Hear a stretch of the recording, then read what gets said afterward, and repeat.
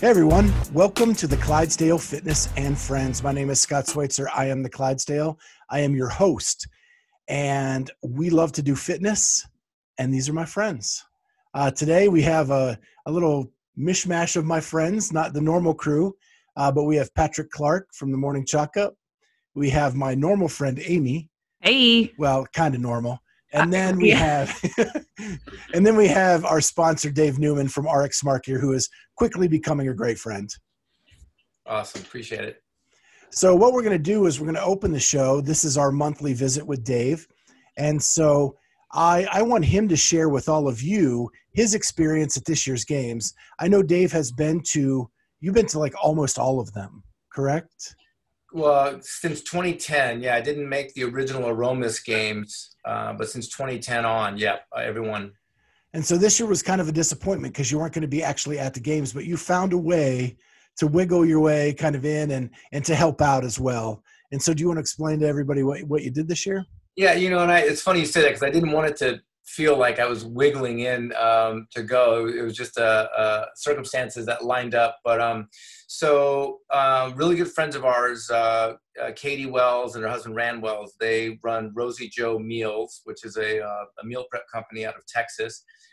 They're the crew that feeds us when we're at Power Monkey Camp twice a year for an entire week. They feed us, and they're just phenomenal. So they were awarded the contract to feed the games, basically, like everybody inside the bubble up in Aromas. Their crew prepared every meal, breakfast, lunch, and dinner. So, they're coming from Texas and driving out in their Sprinter van, and they knew I was in Southern California, and we were at camp, and they actually, ran it by me, and I said, well, if you need any help, just kind of throwing it out there as a friend, like, if you need any help, I'm not too far away. And they jumped on it, said, we'd love to have you come up. We need somebody to help run food because the crew is pretty much preparing all the meals, and they needed dedicated people that could, load it up in our vehicles and transport them to both locations, the Morgan Hill location and the ranch. Even when a lot of the events were happening at Morgan Hill, there was still a lot of staff at the ranch prepping and doing things there. So we were delivering meals there. So I was basically Uber Eats for the week with those guys, delivering meals to everybody. And so kind of there, but on the outside, we were outside the bubble technically because the commercial kitchen that they had to lease out was off premises. But it was just, a ton of fun. And, you're still in and around it and, get to see everybody. I got to see a lot of the athletes, who I'm friends with. I got to see them from a little distance and give them a wave and, cheer them on before they started off on their events. So super cool. Yeah. It was my 11th games in a row. So I was excited. And the sacrifices, it was crazy hours. They were crazy hours, man. I tell you, Katie and her crew, they were up at 2:30 a.m. every morning, out the door by 3, in the kitchen by 3:30. Getting the meals prepped, and they were preparing, 200 to 250 healthy, delicious meals every day, every meal service, and basically had a really cool organized, assembly line. Once they had the food prepared, we would have to plate every meal individually, cap them, go into a transport box, and then we would load them up in our respective vans. And one van would drive 40 miles one direction, and the other van would drive 40 miles the other direction to deliver. And and then we'd reverse course and do it all over again for each meal service. So it was, we were pretty busy the whole time, but it was worthwhile. What a neat crew to hang out with. It was neat to do something completely out of my element, so. Yeah, that's awesome. It's cool just to be a part of it. Well, one of the other reasons we always like to have you on is to talk about the products that you guys have. And I know you wanted to show off a couple of products other than just the original RX Smart Gear jump rope. Oh yeah, it caught me off guard. Actually, I have one here. But we had a release. Actually, this was a banner year for us to have quite a few releases of products. I think we started off with the Alex Smith grip, his second version. And for people that aren't familiar, Alec was a former gymnast, and we've become real close friends. And, a while back I said, hey, you design a grip that you like from start to finish. What would you want to use? And so we collaborated on that, and he developed his first generation Alex Smith grip, which was the first grip on the market that didn't have any kind of finger attachment. You literally just flap it over the bar, and your body weight holds it in place. And that's how he was using grips anyway, just store-bought grips. So so we got together and designed with mostly his input, a little bit of my influence, and came up with a pretty awesome product that was well received. And so what we did was refined it, made it better, looked for areas that we could improve it. I apologize, I don't have some here, but they're on our website. But so those are really doing well. People are really excited about them, much more improved. People had issues or complaints about the sizing on the first run. They were expecting to see a really long grip, like a traditional grip is a lot longer. These are not designed that way. But trying to get people on board and to understand new things was a little bit of a challenge. So we kind of met halfway. We gave people a little bit more length on the new version, which will make them happy. A little bit longer, a little bit wider, and add a couple other cool features. So those are cool. Those are the 2.0s. So just to give you some real world feedback, one of the women in our gym ordered those. Just the version 1 loves them. Awesome. We had another person on the podcast say they were the best grips that they've ever used. Oh, that's awesome. I love hearing that. I love hearing that, but the thing about grips is they're very much a personal thing. When we're at the games or at these big events, sanctionals or whatever, people will come up and they'll try them on, and, we have 4 different versions of grips, and they're all different, for kind of different feels. And some people will love them, and some people just don't, they're not super ecstatic about them, and they like the other brands that are out there, which is totally fine. There's a lot of great products out there. Really it's kind of a neat personal thing. But, I come from a gymnastics background, and the one thing that I really put into the grips is that if they're not comfortable first and foremost, they're supposed to protect you, try and keep you from tearing. They're supposed to help you hang onto the bar a little bit longer and create the grip. But if they're not comfortable first and foremost, people won't wear them. That's my experience. So, where we might give up a little bit in durability or other factors, we make up for in comfort because we want people to enjoy them, while they're using them. So that's kind of our priority going in. Super stoked about those. And thanks for those kind words and reviews. Well, what I think is interesting too is I could see there being a big rise in interest for that kind of product right now, because, I've been a follower for CrossFit for a long time, but never noticed until this year that some of the athletes were doing it that way. Yeah. But I think just because it was so highlighted, because number one, a lot of things were just virtually, and we had, more kind of close-ups of just Matt or just Tia doing one workout at a time. Right. But I think it was like, oh, well, that's a good idea, because I don't like it when it gaps like this, and maybe I could try it that way. So I could see that definitely sparking some more interest in buyers and athletes right now too. Absolutely. Yeah. People that love them. They're just all about them. And, the funny thing is when grips attach on your fingers one way or another, whether it's holes, or a lot of our grips have elastic loops.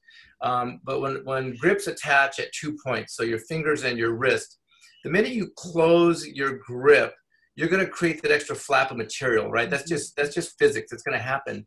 But that's supposed to happen, and you're supposed to know how to position that fold all the way out towards your fingertips. So when you break your grips in and you learn how to approach the bar properly and get that material pushed out towards your fingertips, it actually locks you on the bar better. And so we always say more fold, more hold. So grips that have a fold, like we have a grip that will have, the way it's designed, will have 2 folds in it. And it creates a nice little latch when you're on the bar. The less fold you have, the less hold, but it's faster. So we say less fold, more go. And so the ones that just flap over, those just have very seamless transitions. You don't have to think about it. You can't miss. You just hop on and go.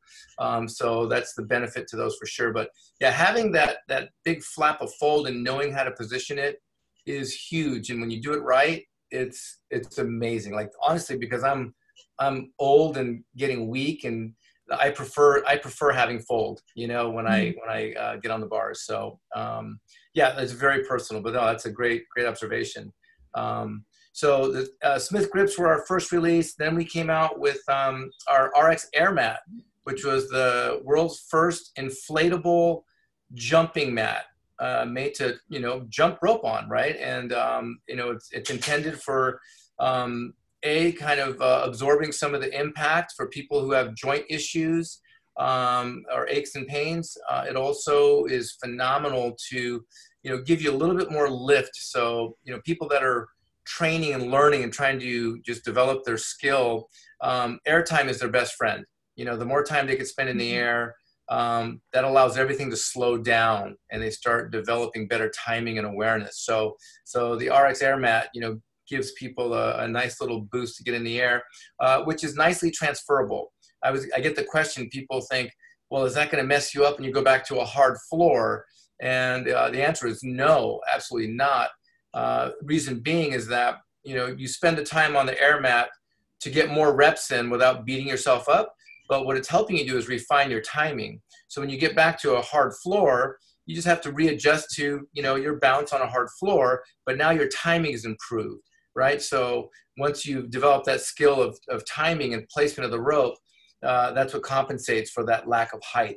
And that's what we're after. And we've been teaching that way and using that format for a decade now, because we've always used spring floors in our training facility, like actual gymnastic spring floors. We have sections of them that we would put out and put athletes on them to train singles, doubles, and triples. And then once they get the timing and the awareness, then we bring them back to the floor, and it transfers over pretty quickly. So yeah, so the air mat, it's really compact. You know, you can just, it's really like a mini air mattress, right? But it's much more durable and rigid. And so when you pump it up and step on it, it can feel pretty hard.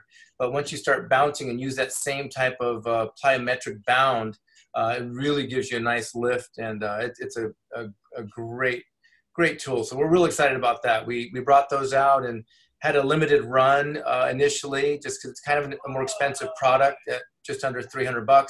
Sold out within a week. It was amazing. So real excited about that.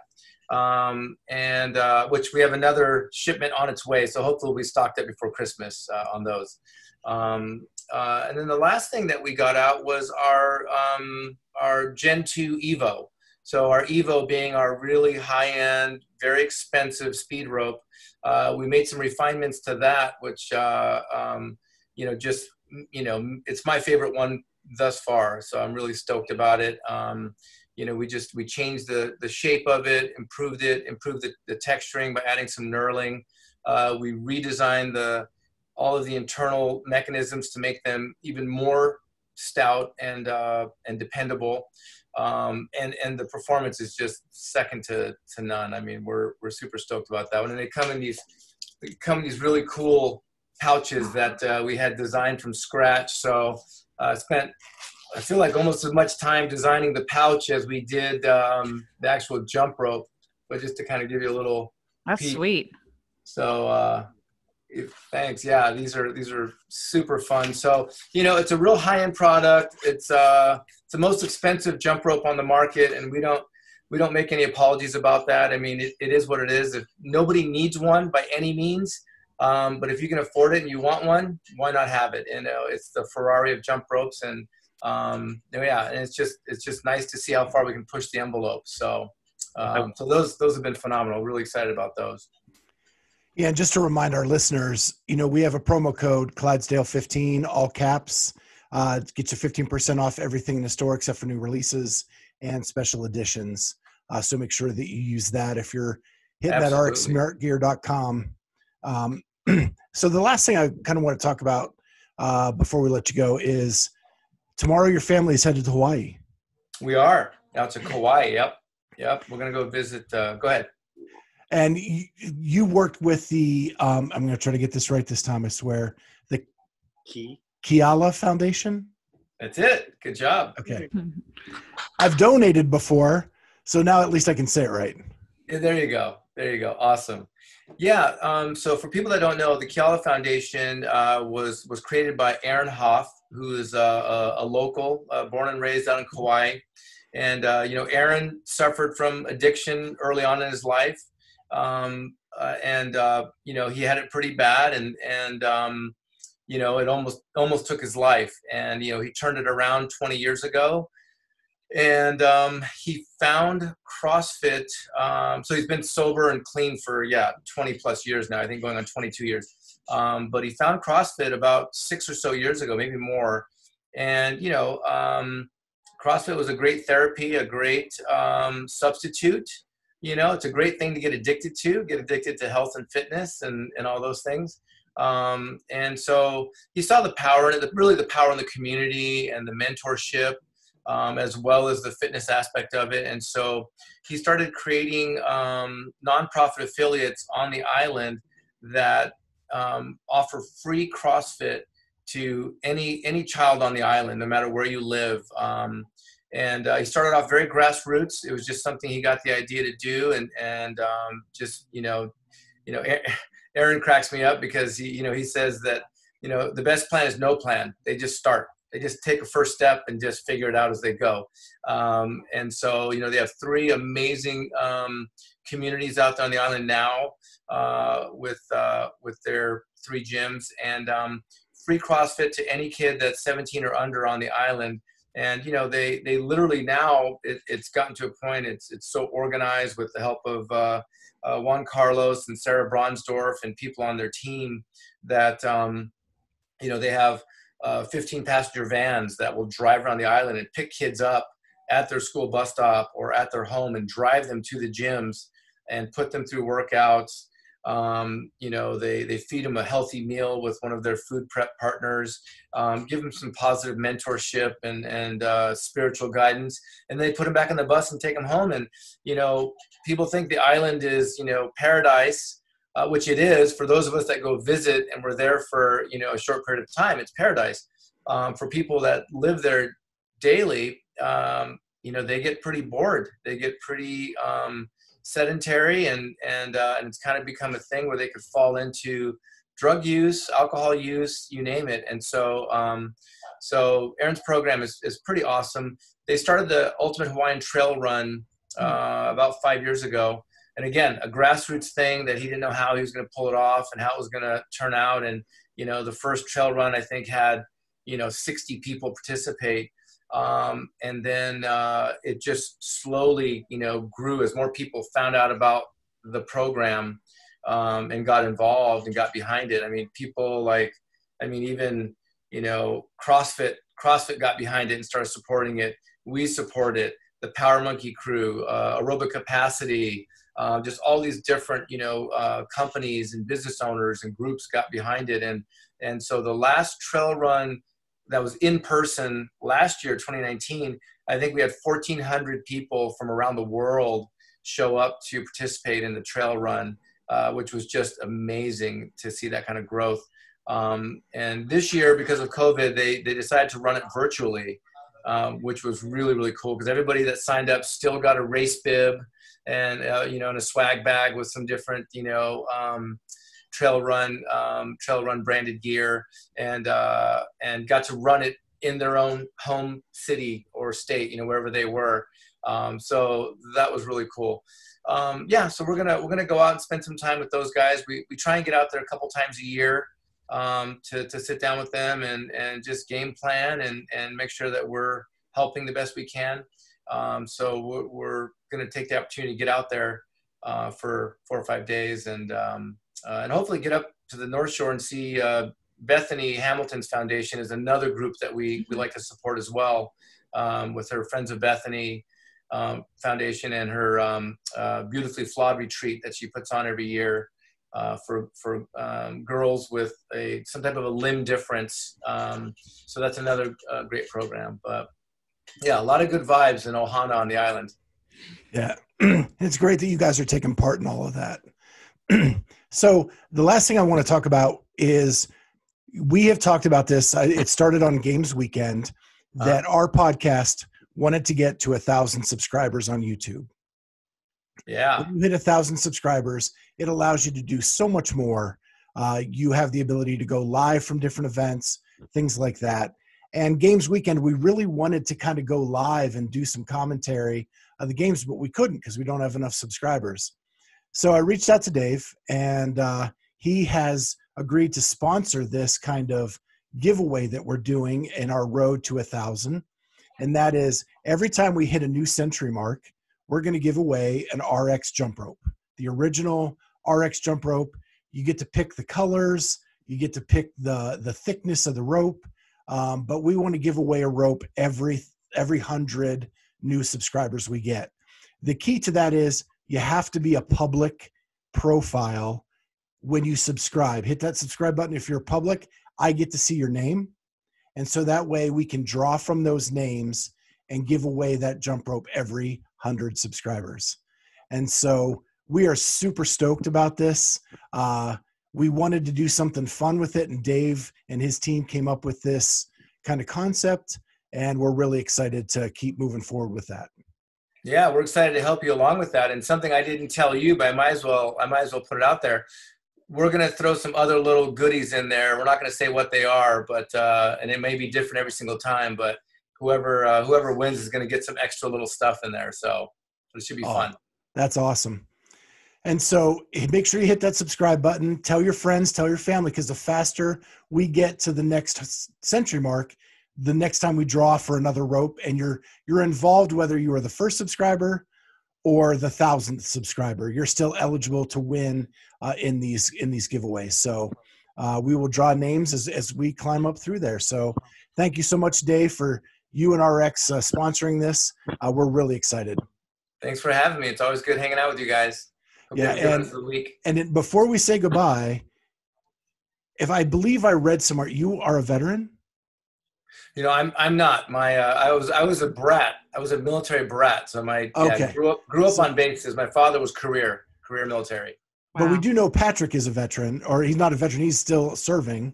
And so we want to make sure that we tell everybody who serves a happy Veterans Day and thank them for their service because we are recording this on 11/11, Veterans Day 2020.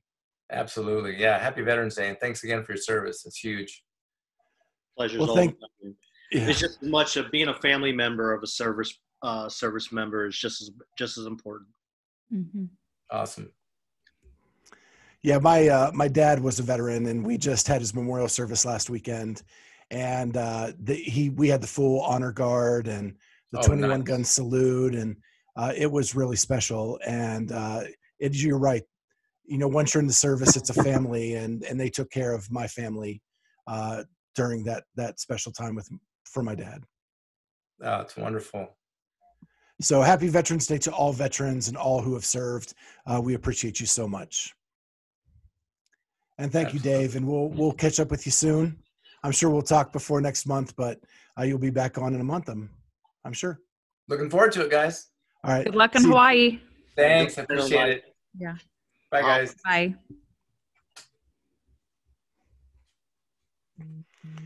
All right. Love Dave, man. He is so supportive as a sponsor of this podcast, and he brings so much to the CrossFit community. Always glad to have him on. So we're going to go down through our agenda for our weekly roundtable. This is a fun day for me. Why are you tapping your head, Amy? I don't know. I'm just excited. That's all. Okay. All right. Today is my CrossFit anniversary. For those of you who didn't see the CrossFit documentary that was done, 11/11/11 was my first day of CrossFit with the workout Murph. Which I did in a scaled version. But this year's been pretty rocky road for me with health stuff. And I just, within the last week, got my PICC line removed from my arm. And now my arm is healed. And today I was cleared to go work out. And so I went to Amy's class today. You did? And did what I thought would be kind of an easy step in, 30, 20, 10 of air squats and dumbbell hang power snatches. Man, I was breathing hard. It was my cardio is so bad after 15 weeks of that pick line. So I'm ready to get some cardio back. Good. Yeah. But CrossFit saved my life, and CrossFit has done so much for me that I love celebrating the anniversary every year and thanking all of those people that were there along that journey, which includes Amy, who has been a partner in competitions with me on the team series we did together a couple years. You might call it a partnership. Sometimes it's a little bit of a dictatorship. Yeah, more you dictating what I'm going to do. Yeah. Pick up the bar. Let's go. And Patrick, who I've met at different events and, was someone who guided me through my first year of judging and, just cool stuff like that. That's been so awesome ever since I found this sport. And I just, I appreciate it every year. And Shred CrossFit, that was where you did the first Murph workout on that day. But I'm remembering on my first day at Shred CrossFit. Oh, no, it wasn't my first day, but it was Memorial Day that you and I got to do Murph together. We did. We shared the same pull-up bar. That's right. Back when you could share stuff before. Yeah, before COVID. Before COVID. Yeah. Yeah. You were still using it faster than I was, I believe. Clydesdales do not like pull-ups. Just saying. Yeah. So let's get into some of the news of the day. And the first couple stories I have here are resourced out of the Morning Chalk Up. I want to give them credit for the research that they did. But the first thing is that CrossFit LLC, I think is what they're going by now, are lobbying in DC for gyms and fitness centers to be able to get a grant to help during this troubled time in CrossFit. And so it's the Health and Fitness Recovery Act. It is $30 billion in grants for gyms and fitness centers. And this is really the first time CrossFit has represented the community as a whole in DC, other than some personal interest stuff by the former CEO. So any thoughts about that? That's a big step from just a year ago where CrossFit was, and now under new ownership, joining with other gyms and fitness centers to lobby for a bill. Well, it's just, it's kind of funny. I mean, you and I talked earlier about how our former CEO, was not very into necessarily government involvement. But also wanting to stick it to the big business as far as like the, Pepsi, Coca-Cola, that kind of stuff.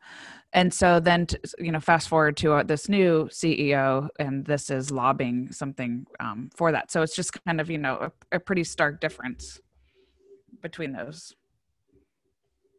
Patrick, any thoughts? Yeah, I mean, I'm not surprised at all.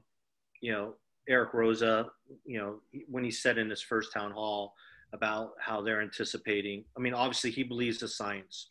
He believes in the science of the pandemic. He hired someone specifically for that to kind of advise him, not just him, but advise CrossFit in terms of what path, what direction, what way forward the industry is going. And it's also, I mean, it's not just the science, but it's also the politics in it all. And I hate to use the word politics, but we know the pandemic, COVID, has turned into a political thing. So, you're looking at some gyms that are right now being threatened to shut down again. We're seeing that already in some other states. I know before we went on your air, you guys discussed that Ohio has a big decision coming in a week. Illinois, we got hit. Well, I live in St. Louis, but I work for the National Guard in Illinois. But every day we get a brief from the governor, and we see the numbers. And Illinois had its largest total of those who've tested positive for COVID, as well as hospitalizations. So, but at the end of the day, there's businesses on the line, and it's been a terrible year to be an owner of a box across not just the U.S. but the country. I mean, the world. So there's got to be some type of financial relief for that. And I know, like, you had Loud and Live, you had CrossFit, they've all done fundraisers to do that, but there's just so much out there, and it's just there's got to be something to help not just small businesses, but health specific that depend on members actually being there. Well, you guys have run one story and one coffee talk in the last week that show kind of the end of what could happen. Like, CrossFit San Francisco has been around forever. Mm-hmm. Kelly and Juliette Starrett have run that business. I mean, that's where Adrian Bosman first went to a CrossFit gym. Yep. And they're closed. Mm-hmm. because of this pandemic. And then you have CrossFit San Jose, which you guys ran a story about, I believe either today or yesterday, that they are going virtual indefinitely. Mm-hmm. Because when they reopened the doors, only 27 of their over 300 members felt it safe enough to come back. Sure. We've had that at my own box here, where we've opened up and we've limited class sizes and stuff like that. But we have some members who still don't feel like it's safe to come, and that's great. I mean, that's great, not great, but that's their own prerogative. But because of that, we've been able, our gym, we've been able to turn that into a positive in terms of we've offered online classes just for those members and given that option to those members as well. And I think that membership's up to like 20 people. And because of that, they've had to hire another coach just to teach that class. So, which has been good because, obviously there's not many CrossFit coaching jobs out there right now. But conversely, you talked about those two gyms. I mean, you also have a gym like with like Solus, who, they're not a 10-year affiliate. They've been around for, I think, over 6 years, but they're well known in New York City. And they had to close. They had to shutter their doors as well, and that's the gym that Alex Smith, that Cody Mooney was a coach at. They've had a lot of athletes. They depended, a lot of their income came from drop-ins, and obviously no one's traveling to New York City, and when people are traveling, they're not going to do CrossFit because there aren't any gyms open. So it sucks all the way around. We have been really lucky that our members and our gym together have been so supportive of each other that we haven't seen a huge dip in membership not coming back. Yeah, we have new members coming all the time. Yeah. We've been very fortunate that our membership has actually increased tremendously, not just for the online classes, but also our live classes. But on the same side, we've seen quite a few gyms in the St. Louis area close down. Shoot, our gym, we actually bought the equipment from one of the gyms that closed down. Yeah. And, because obviously equipment's hard to come by too.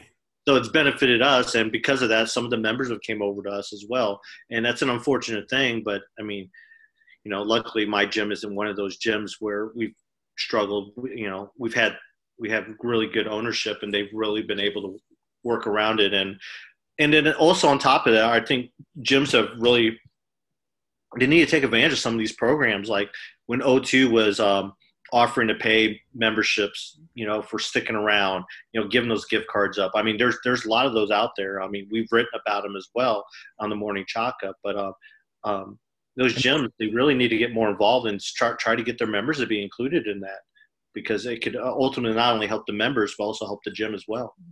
Right. Yeah, they're running one right now for November. I can't remember the exact hashtag, but I just got my O2 order yesterday, and it had the card in there. Yeah. But yeah, they're running one right now. Mm-hmm. So check that out. So let's, I don't want to be Debbie Downer all night. So let's move into, we just finished a pretty freaking awesome CrossFit Games, considering everything that we've been through this year. And you guys published a story this morning about, I think that Justin wrote it, talking about none of this is official. And we want to make sure that is perfectly clear as we move forward in this discussion, because it has already caused a stir, social media that I got involved in this afternoon. None of this is official. This is just stuff that has been heard by many sources. Yeah. Justin has been around for a while. Obviously, you don't start the morning chalk up, the leading source of news in the industry, without knowing people and knowing people within the community. And he has very reliable sources. And when Justin's not going to write something, and put it up there if it's not, solid. Yeah, we interviewed Justin. You get the vibe. He knows when it's appropriate to say something and when it's not. Yes. So while be it's transparent, what is it that he said? All right. So here's what he said, and it's a lot. The thing we know for sure is February 18th is the start of the Open. Yep. That is actually official. But the Open is no longer going to be a qualifier for the CrossFit Games. Correct. Most likely, no national champions. That is probably a done thing as well. The way it's going to work is the Open is going to be a qualifier to get to a sanctional. There will be about a dozen sanctionals around the world that after the Open, you will qualify for one of those. No flexibility of picking which one you want to go to. Based on your seed in your region and where you are, you will be placed at a sanctional, very much like the regional concept. Mm-hmm. They will take, it is looking like, these are the numbers that he provided, 5 North American sanctionals, 3 European, 1 Australian, 1 Asian, 1 Africa, 1 South America. Yeah. Athletes that will come out of those sanctionals will be about 25 from North America, 15 Europe, 3 Australia, 3 South America, and Africa and Asia will get 1 each. Then after those sanctionals are done, there will be some last chance sanctionals where you can sign up for and try to qualify through there. That appears to be the qualification for the CrossFit Games. Either where you were assigned, you finish, it looks like top 5, top 3, top 1, depending on what region you're in. You go to the games or you sign up for a last chance and make it in that way. But then how many will they choose from those last chance? Do we know? Details were not provided in the article this morning. Yeah. It's unknown at this time. Sure. But with it, my speculation is it being a last chance. It'd probably just be whoever won. Because, obviously one reason why they're not giving the national champions a direct path to the games is because they don't want to have 180, well, actually, you count both men and women, over 300 athletes at the games. So that way you still keep the number down. You still keep that number manageable to, roughly 50 to 60 for the games for each division. I don't know how I feel about this. Like I said, I've witnessed both sides and I've seen the positives for both sides, but on top of it, I don't know. I'm a big believer. I love the sanctional format in terms of, it gives athletes a chance to compete when they're ready to compete. We've heard it so many times, from athletes. Especially with the regional formats, like if you're sick or if you're hurt yourself prior to that, or you hurt yourself at that regionals, your season is done. Yeah. So all that training you did for that whole year is done. You're done. And that's what I liked about the sanctionals is if you weren't ready, or you can choose when you want to peak and then you go and compete. And if you didn't win there, you didn't get your chance, then you can try another one. And I also liked how some of the backfill status introduces some of these athletes. If you think about it, if it wasn't for the backfill, we wouldn't have been able to see some of these athletes compete in the last 2 years. We wouldn't have seen Chandler Smith compete last year at the games if it wasn't for the backfill process. I do agree that I do like how the Open is a pathway. It's not a qualifier. I love that. I love that. That's what I think it should be, a la the regionals. And I think it also brings everything back under the house the CrossFit, realm. They're actually going to be running this now. So. Yeah, I think because we had O'Keefe on like last week. Mm-hmm. Yes. Was it? Or we actually just released it Monday. Yeah. But he, it's like they have a little bit of CrossFit's being smart because they're having partners run these events for them, reducing their expenditures, letting the people run it how they know to make money. Mm-hmm. But yet still kind of having some control over the format and the events, I believe. Yeah. Which we don't know. That hasn't been, answered either as well. I mean, yeah.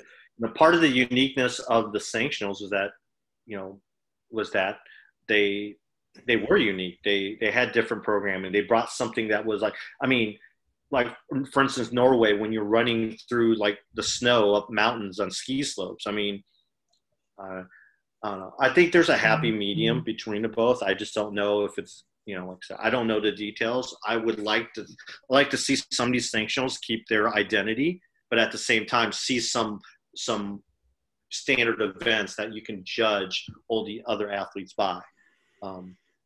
So the one thing that he put in there that I thought was the coolest part of this whole thing was the concept of a triple crown. Mm-hmm. And that is that there would be 3 big money events that kind of fall outside the CrossFit season. They are the biggest payouts that we currently have in the CrossFit world. And if someone were to win all 3 of those, there would be a bigger pot for them waiting at the end. And that would be what Justin described as it would be Rogue, Dubai, and Wadapalooza. Yep. Correct. And that to me sounds like that's the kind of exciting event that you want to have in the off season to kind of keep your mouth watering a little bit. And if you know what I mean, just to kind of keep that passion for the sport, and not like overload it with sanctionals. I think the good thing with this plan is a shrunken season, a true CrossFit season where you're trying to qualify for the games. In order for the sport to evolve, to become a serious sport, you need athletes that are CrossFit athletes full time. In order to do that, you must have a longer season or have more opportunities for them to earn money. So that's why the regional format wasn't particularly good for athletes, because you only had regionals and games. If you didn't make the games, you had regionals. You saw a lot more athletes the last 2 years become professional CrossFitters because there was other opportunities for them to win money and make money. A shorter season and less events doesn't allow that to happen. Thus, you don't have as many athletes being full-time athletes. Unless you're supplementing it. Just like golf does with, you have the PGA Tour and then you have the FedEx Cup. Yes, but now, granted, the FedEx Cup has multiple events. It's not just 2 or 3 events. Right. And maybe we start with the Triple Crown of the 3, and then, but there could be more coming along with that. Yeah, there could be. But, I mean, looking at sanctionals, there weren't other sanctionals where they weren't huge payouts. There weren't some of the other ones outside of those 3 you named. I mean, I think after that, I think Strength and Dev had a pretty decent payout. They paid about $20,000. Granite Games, but I think some of those probably fall under the sanctional window. But I think like most sports, professional sports have like a 9-month season. So for 9 months, that allows athletes, whether it be baseball, football, whatever, it allows them that time to earn money. If you stick to this regional sanction, and that's the thing, we don't know if all these sanctionals are going to happen at the same time, like they did regionals, like within a month period, or they're going to be spread out. I guess it really doesn't matter because athletes don't get to pick and choose which events they go to. We don't know if that. We don't know if that last chance is going to have a prize purse. We don't know. I mean, there's a lot of questions, and hopefully we'll get to hear those as we get closer. Hopefully by the end, but we'll have a season mapped out by the end of the year, because I mean the Open starts February 18th. Yeah, I guess like from an athlete perspective, if you look back at regionals, so everybody, even though it's week after week, everybody's doing the same workouts. Mm-hmm. So with the sanctionals, though, there's that freedom and the liberties for those to be different things. As a spectator, that's a little bit more interesting because, wow, I'm going to get to watch these athletes perform different tasks and different things. So yeah, I mean, I think there's, certainly some continuity as far as, okay, well, they all earned their spot because they all did these exact same workouts. But then it's like, but guess what? CrossFit is about preparing for anything and not specializing. Yeah. So there really is, yeah, there's just this, I see pros and cons like you do of that. I mean, if you look at it that way, I mean, I guess the best model, I mean, we've said this before, is like the PGA Tour or tennis. And what about the big events they have are, I mean, what the thing that's changing is the course or the tennis court. Obviously with the tennis you have grass, clay, the clay of the French Open, and you have the asphalt of Australia, and then the grass, of the British Open. But I think that's what brings other fans out to enjoy. I mean, if I'm just going to go, when I cover these sports, I'm going to be covering the same. If they do keep the same workouts, if I go to one sanctional to the next, I'm going to be seeing the same thing, and probably the same exact type of setup in terms of inside some type of auditorium or facility that caters to that, but it's just going to be different people. That's one of the beauties of golf, is the golf courses. People go out there, they want to see the stars, but it's the ambiance of the area. And that's what makes Wodapalooza so unique, is, it's just that whole vibe, that area that they have there. They utilize the water. They utilize every little bit of that area that they have reserved. The same with Rogue. That's what I loved about Rogue. That one year they had it, is that they created something right there on their campus, including a track that they ran around with, with carts at. That's fun stuff as a spectator, and also watching it online too. But yeah, I think there's still a whole lot that needs to be ironed out. This is like a neat little framework to kind of have discussions like we're having. But at least they're talking, and at least I think they're trying to make more sense of it. Yeah. Because I do agree with everybody that you can't have, well, if A, then B, but not if D, and then E slides to S, and that to figure out who goes to the games. And it's gonna change again too. The 2022 season will be different than 2021 season. I mean, there's not a perfect model out there. You would like it, but you're learning. I mean, you even saw it in the regional formats. They change regionals almost like every other year. It seemed like there was like a different change. So yeah, the one thing I'll add at the end is something O'Keefe said to us is it's okay if their sanctional is not in the game season. Of course.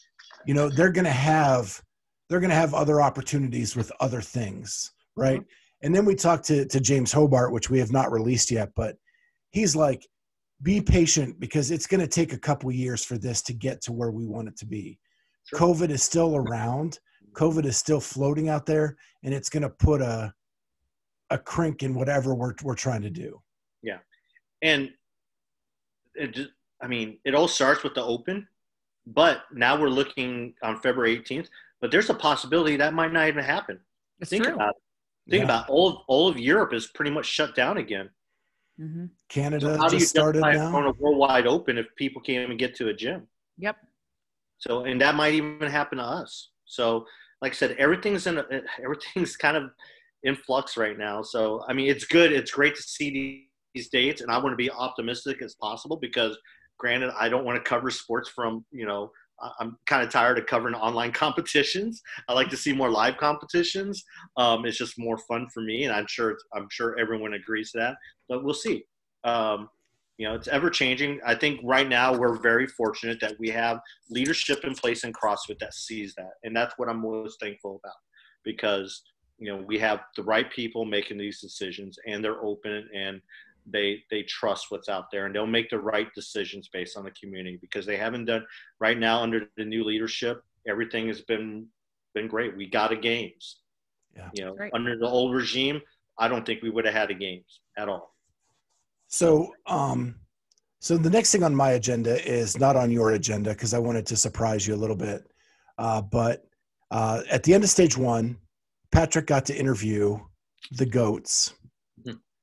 And so I want to hear from you just briefly what that was like, the opportunity that you had to sit down with definitely the greatest female CrossFitter of all time. And I am convinced now the greatest male CrossFitter of all time. What was that like? Well, it caught me by surprise. I remember going into that weekend, I told Justin and our crew that I was gonna head down to that Nashville, just for fun. Not, you know, I was gonna go down regardless. And the reason why is because, you know, my in a perfect world, my ideal was to cover Matt, Tia, Samuel Cornier, and Haley in Cookville one day, and then head over to Nashville on Saturday and cover Brooke. So you have all those athletes all competing and all within an hour radius of each other. And I was going to head down there regardless. But then as we got closer, Matt and Tia, they didn't want any media there. And then Mayhem, they decided to keep theirs internalized as well. So, but fortunately, Brooke was all about about me coming down. So I was like, great, I'll go down there, get a weekend away from St. Louis, hang out in Nashville. I stayed with Deborah Stadler, who's a fellow judge and one of my good friends. So she was actually judging Haley. So because she lives in that area. So I just hung out there at her place, and then got to hang out with Brooke, and it was great. And then as we got that Sunday, our editor got a phone call from O'Keefe, and O'Keefe's like, hey, you know, Matt and Tia, they're open for interviews if you guys want to interview them. And I think originally we thought like a phone interview, just getting some comments. But then Joe, our editor, is like, Patrick's an hour away. He's got his camera with him. He can drive on over and do a sit down with them. And O'Keefe's like, yeah, let's do it. So, yeah, it got me by surprise. One, that they would trust me to do that, and two, that I've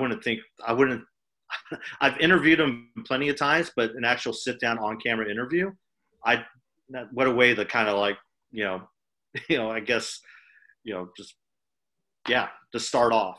I was expecting something different. So because really you've been known as the writer, yes, right, or the photographer for Morning Chalk Up, and right. Now all of a sudden, boom, you're taking Tommy's role, or No, not even close. Not even close. No, it was great. I mean, I remember driving there. I was kind of like, I was like, okay, coming up with ideas, and that's what I love about Justin and Joe and work for the Morning Chalk Up, is that they're allowing us to come up with our own voice, do our own style. And at the time, I didn't really have a style. I still don't really even have a style that I'm working on, because we all have our different type of styles. So when we got there, luckily I dealt with Matt and Tia. O'Keefe was there, and it was just great just sitting down. And with me, I knew that Matt is a great storyteller. You just got to lead him, give him the questions, and let him go. And the same with Tia. They're both just they're so similar in that style. So that was my goal, was basically just asking questions and let them tell the story. And for O'Keefe, and for them to open up their home to allow me to do that right after they did stage one, it was definitely a highlight in my journalistic career.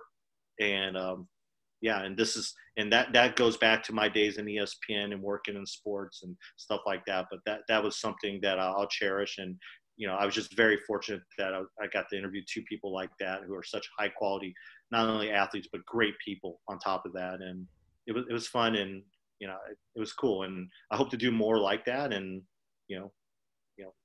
Right place, right time, huh? Basically it. Yeah. That's kind of been the story of my life of the last when it comes to CrossFit, just being the right person at the right time. There you go. Well, we haven't seen you on the podcast in a little bit. It's been super hectic for all of us, and I definitely want to give you a chance to talk about that and tell us the story behind the story, because I thought that was pretty cool. So yeah, and they're like I said, people. They're amazing people. Matt and Tia, what you see, that's them. They're genuine. They're just so great, and that's what I love it. That's what makes them such great ambassadors of the sport, is that, you know, they're not putting on a show. That's who they are. And hopefully one of these days, hopefully soon, you'll get the opportunity to do that and talk to them as well and see that yourself. Yeah, that'd be awesome. So I'm gonna skip to our stupid questions of the week at this point. Yep. And so this week we lost an icon with Alex Trebek. You know, his family doesn't want anybody to say he lost his battle with prostate cancer, because he fought it hard and stayed alive for a very long time. But he passed this weekend, and, you know, Jeopardy has been an icon in my household since I was a little kid, and Alex Trebek was the host, and he was amazing. So my first stupid question of the week is, what was your favorite game show of all time? Amy? Double Dare from Nickelodeon. Ooh, that's a good one. That is a good one. The slime. Yeah. Yep. It's a good one. Yeah. Yeah, I love that show. I was a little bit older when it came on, so the reality of me ever being on was not there until they did Family Double Dare. But I remember coming home from school, going into the one room, having an after-school snack, which would be a Little Debbie's fudge round, and watching Double Dare after school. Awesome. Yeah. Well, Patrick, what's yours? Wheel of Fortune. I mean, it's so funny. You can't bring up Jeopardy without bringing up Wheel of Fortune. Yeah. But I just remember kind of like getting back from school and sitting around with my dad and kind of watching that with him. And we did the same with Jeopardy as well. But yeah, I think my first crush had to have been Vanna White. So, you know, Yeah. I think that was a lot of people's first crushes. I think so. Yeah. And I think she's still a crush of many. Beyond first. Sure. And then just, you know, of course, yeah. And then having Pat Sajak there, and I was like, oh, there, you know, that was literally the first Patrick I ever met. And I never met him, but I was like, oh my God, you know, that guy has my name. And it was just kind of cool. So that was my favorite show. And ABC is bringing Wheel of Fortune to prime time. I don't know if you heard. Bigger cash prizes and going prime time. Good for them. So I wrestled with this a lot. This was a tough question for me because my family are game show junkies. You get one. Absolute junkies. You get one. So my favorite of all time, and this was tough, Tic-Tac-Toe. Never heard of it. Wink Martindale. Back in the day, there were like trivia categories in a tic-tac-toe board, and you had to answer it correctly to get your X or your O in that box. And the first person to get a tic-tac-toe won the dough. And so it was so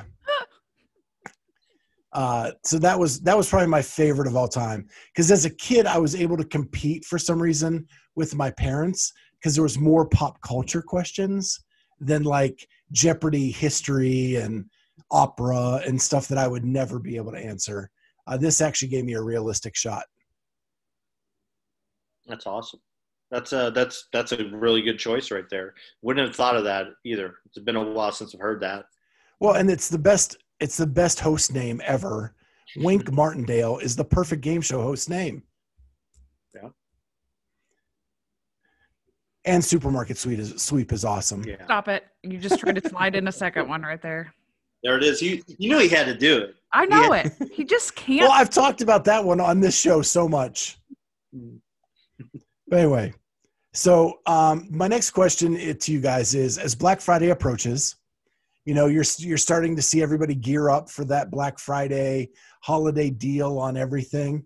You know, we're CrossFitters. what do we love the most in life is CrossFit gear. And so if you could have anything on your wish list on this Black Friday, what piece of equipment would you want to have? Patrick? Shoot, after hearing Brian talk and showing off that rope, that rope's pretty nice. But I'll probably end up getting that. Shoot, today I was on Rogue today, and I bought some stuff because they had a Veterans Day special for veterans. They actually even had dumbbells. So that's off the list now. I own a rower, so I hate to say it because I hate the thing, but I think if I had it, I would probably use it more often. It would probably be a Rogue Echo bike. And I know I hate those things, but I have a feeling if I had one home, I'd probably sit in front of the TV and just burn out some calories, just get used to that. And I don't know. I don't think you truly ever get used to the Echo bike, but one thing, I almost got one 2 years ago at Rogue. I was one person away from winning it when they had the volunteer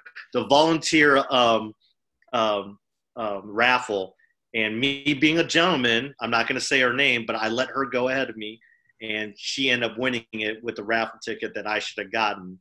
And she couldn't take it back to Brazil with her, so she sold it. And I was like, you should have just gave it to me because it should have been mine anyways. But anyways. Amy? So mine's not going to be CrossFit specific. It's going to be fitness related. A shake weight? What? A shake weight? No. It's going to be new hiking boots. Okay. That is not CrossFit. Did I say it's not CrossFit specific? It's fitness specific. We're a CrossFit podcast, Amy. Excuse me. You took the name out of the title. All right. Say what CrossFit item you would want for Christmas. Maybe I'm going to do CrossFit in my hiking boots. Okay. See you at the gym tomorrow. With some overhead squats of a tree limb or something. Some Lucas Parker stuff right there. Yeah. On a paddleboard. Yeah. There you go. I'm done. Got it. Well, Patrick took mine. Oh. Because mine was a Rogue Echo bike. Well, we can have what they call those dual. Maybe Rogue should make a dueling one, like a tandem, a tandem Echo bike. So what I'll say is, I love the concept of the jumping airbag for my double unders. Yeah. With all the stuff I've gone through with my legs, that might be a good way to get back into double unders. Yeah. Yeah. So I'm going to switch to the RX Smart Gear airbag for double unders. And don't forget Clydesdale 15 to get 15% off anything in the store. Shameless plug. Except new releases and special editions. All right. So those were the stupid questions. Next week's guest, man, this is almost as hard as the damn stupid questions now, because we have so many in the bank. We have been killing it the last couple weeks, but I'm gonna release our friend Margot Alvarez. Margot. And so this is the second time she's been on the show, but we got into completely different things and a lot about her like business mindset and why she does what she does business wise. I may have fawned over her business mind a couple times as a fanboy, but you'll have to check out the episode to see if that is true or not. And I don't know if you can see over my shoulder the goat wine. Other side. Oh, the goat wine. Yeah. Yeah. The goat wine. And the poster over there. Yeah. And the poster there. And your picture. Yeah. There we go. I see them both. Yeah. And the Cheerston wine too, over here. Mm-hmm. Right there. So can't wait till we have a outing as a podcast team, because that's when we're going to crack those open and drink up. So yeah, Margot, it's a great interview. It's actually the one we've done the longest time ago, And so that's kind of why I'm putting that one out. We have a couple more games related ones, but I'm just going to take a break from that for a week. And we'll do Margot next week and then back into a couple of the games related ones. And just to tease that, maybe a podium finisher on the men's side for the week after. Just maybe saying. That will appear in Morning Chalk Up. I don't know. So yeah. And then just so you know, Thanksgiving week, we're releasing 2 interviews because Wednesday night before Thanksgiving, we're not going to get together for a roundtable. We're going to spend that with our family, and we'll just release another interview that day. And that will be a CrossFit OG. Yep. So another male. Since Margot is a female, we're going to go 2 males the following week. CrossFit OG. May have lived in Cookeville for a little bit of time. Just saying. All right. So last thing, the thing we love the most, best thing from the internet. Amy. Okay. This is personal. You know, I'm going to talk about my schmoopy. Well, they just released the OCC, Ohio Capital Conference Football Awards. And my son was listed as first team for his division. So we were pretty excited because, again, we didn't even know if he was going to have a season. And then to receive that award was really exciting. So that was on the internet, so I get to say that. And I'd never got to say this on air. Kat is not with us tonight because her son is signing his letter of intent to play at William and Mary. Yep. William and Mary to be a pitcher for their baseball team. And so they are in Atlantic City for that signing tonight. Yeah. And that's why she could not be with us. So Patrick, best thing from the internet? The best thing, actually, it came on right before I saw it right before I came on the show today. So if you go to Reebok, their Instagram, they have a video up. It's a Veterans Day video, like memorial clip. And this is my plea for your followers and my followers is that that they share or repost that video, that clip off the Reebok Instagram page, because for every person that does that, the Reebok will donate $5 to the Navy SEAL Foundation. Wow! So awesome. I saw that my good friend Ari Hirsch, who works for Reebok Global, she posted it, and I saw that, and then I reposted it. So if you haven't reposted or saw it, go ahead and do that, because like I said, Reebok's going to donate $5 up to $25,000 towards the Navy SEAL Foundation. So that's probably the best thing I saw, because it's a really cool video too. They do a really good job with that. So, and being a veteran myself, I take that to heart. So first, I'll do that as soon as I get off the air. I'll go ahead and I'll do what I need, forward that or share it or whatever I need to do. Second, that is a tough act to follow. Yeah, I'm sorry. So I have 2 really short ones. Because I just can't help myself. And I always take 2 in case someone takes one of mine. But the first one is really quick. If you have not seen, so the Buttery Bros ran a promo where people could do their own opening for the Buttery Bros, and the best one won like a bigger Reebok package. Their wives, well, not wives yet, Caitlin. Just partners. And Jenna did an opening that was so freaking good. I think they deserve a full episode. And they're asking at the end of the last episode if we believe they deserve a full episode. So please vote yes. Jenna out-Hebered Heber in that promo. It was awesome. And so I got to give kudos to that. And Jenna's a past guest, and I love her. She is so awesome in what she's doing with her life. And then the other one is just a quickie. Danny Broflex's new episode, Fitness Influencer, probably the best episode of the new season. If you have not seen it, it is him influencing on what you should eat, drink, take, whatever. And it's all swipe up after every product he wants to endorse. It is awesome. So that pretty much concludes our episode. Don't forget #Road to 1,000. We get to 200. We're at 178 subscribers right now. So we only need 22 more subscribers to get to 200. And that will be our first giveaway. And then we'll move to 300. That'll be the next giveaway. We are going to record some promos this weekend, so to tell you more about that giveaway. But make sure your YouTube profile is public so I can see who you are.